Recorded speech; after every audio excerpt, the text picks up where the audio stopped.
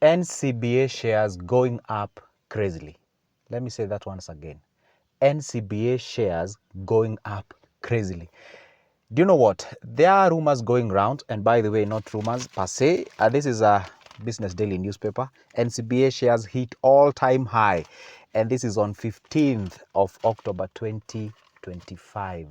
There are rumors, or there are some speculations, or allegedly speculations that the NCBA Bank is about to merge or is about to be bought or absorbed, whichever the term you use, by the Stanbic Bank.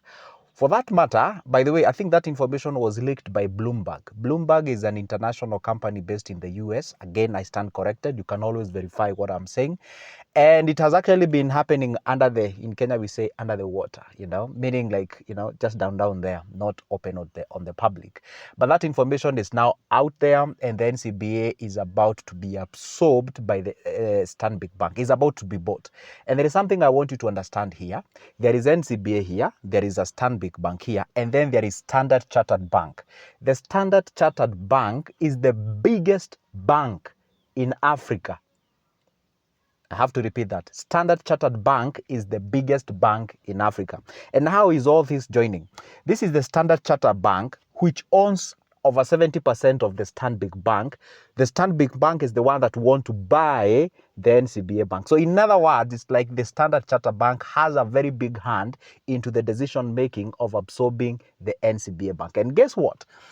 NCBA Bank obviously is one of the tier 1 banks in Kenya, meaning it's one of the biggest banks we have in Kenya. And then guess what is happening? Now, if this company called the Stanbic Bank, which is a franchise of the Standard Chartered Bank, the biggest bank in Africa, obviously we say it's a South African bank, but I think it's headquartered in the UK, London, or London, depends on how you pronounce it.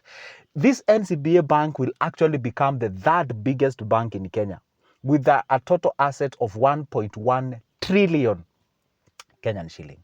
That is equivalent almost 10 billion US dollars. That will be now the third biggest bank in Kenya, slightly below the KCB Bank is the biggest bank in Kenya in terms of the asset, then followed by the Equity Bank. But sometimes you can say Equity Bank, like KCB and Equity Bank, those are the two giant banks here in Kenya. So now the NCBA Bank, after being absorbed by the Stanbic Bank, will become the third biggest bank in Kenya in terms of the asset. Now, guess what?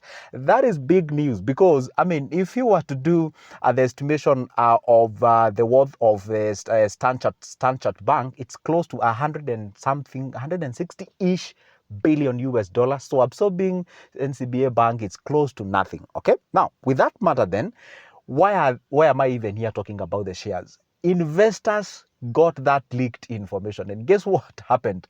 Within less of, days, the NCBA shares jumped all the way from, I think it was 65 to 75 by 10 shillings. And if you're an investor, you know what it means when you have a difference of 1 shilling, because even millions are made from a single or from such a particular change. Now, we having that news that NCBA Bank will be absorbed by the Stanbic Bank has actually made a lot of investors to actually jump and purchase that particular shares, and the shares are jumping crazily high right now as we speak. They're saying I'm actually reading something here. The shares of NCBA Group hit all-time high of 75.25 on Tuesday. That is on Tuesday. I think it was 15 something around there. That is from all the way from 69. That means there is a total gain of couple of shillings there. You can do the mathematics from 75, or rather from 69 to 75. That would be great. Now, I have told you guys time to time, Kenyan banks are making a lot of money when it comes to growth, when it comes to stocks. Kenya's banks, they register, profits or ups of, how can I say this, in tunes of tens of billions, 60 billion, 70, 40, 30, 20. That means the Kenyan banks are doing quite great. By the way, so what's the question now, Joseph, that you're sharing this information? That's a good question. What I can tell you is this. always keep updated yourself. Always keep watching Good Joseph, because this is where once I get the information, no matter where I am, when I get that information, boom, I make that video so that you can benefit out of it, so that at least we can be able to invest out there. Some people do ask me, hey Joseph, how do you get this information? How do you get to understand what company is buying what? Where do you get all this information? This is just but one example of how I do it. I buy newspapers, may sound old tradition way, but I do buy randomly. Why do I choose to buy instead of doing it online? Because at times I don't want to buy it, so I just want to have a control. When I want it, I get it. When I don't want it, I just leave it there and I save my coin. And of course, attribute yourself or associate yourself with people who talk about investments and all those kind of things. So am I advising you to buy the NCBA shares? No. Whatever I always say on this social media channel of mine is never financial guidance, or rather it's never financial advice. It's you who can take it as a financial advice. And I always tell you, when it comes to investing, always contact your financial advisor, whomever you feel you are comfortable. You can contact me, my number is there. You can contact anyone else out there, whomever you feel you're comfortable with.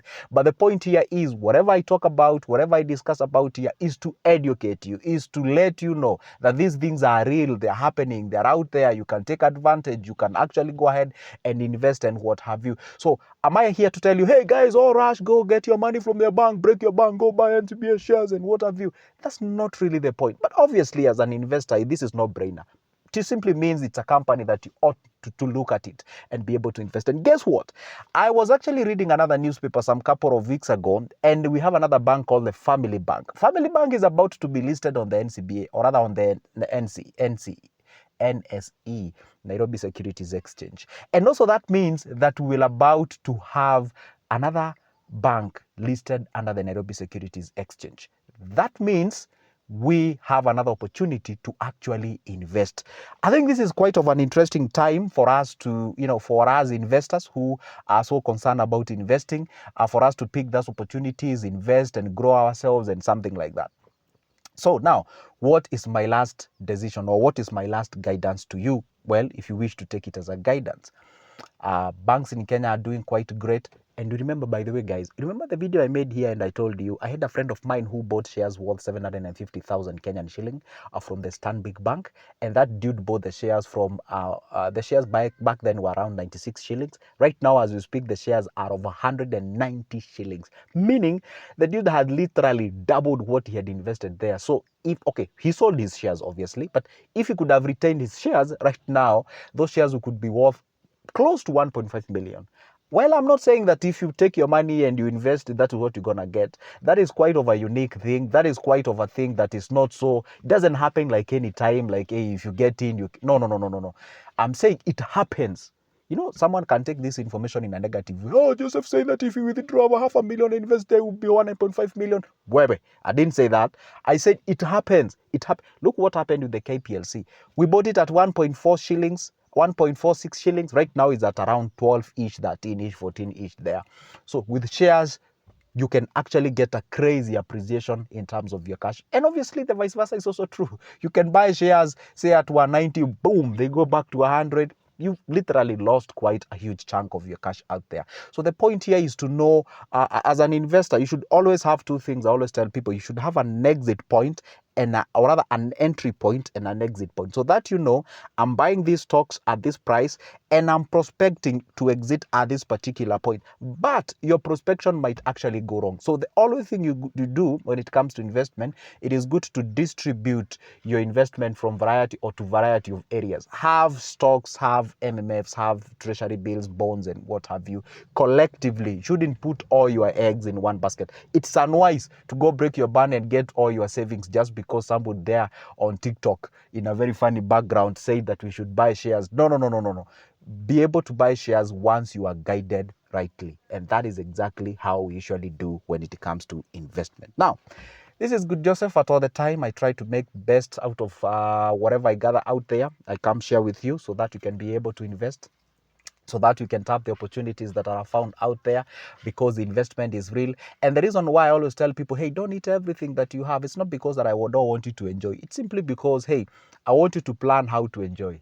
That's how it goes about. This is Good Joseph. In case you need my services in one way or the other, You know where my number is. Go grab that number. Shoot me a text on my WhatsApp, and we're going to talk a business out there. But for now, it's a goodbye. Don't forget to subscribe, hit the like button, leave a comment on the comment section. By the way, if you have any question regarding investments, ask me on the comment section. You guys asked me about Promito. I made that video. All right. I'm still doing more and more research so that I can make part 2 if a necessity is needed, or if I'm being necessitated to do that. But for now, hit that like button, subscribe, leave a comment on the comment section so that at least we can do something about that. For now, it's a goodbye and see you in the next one.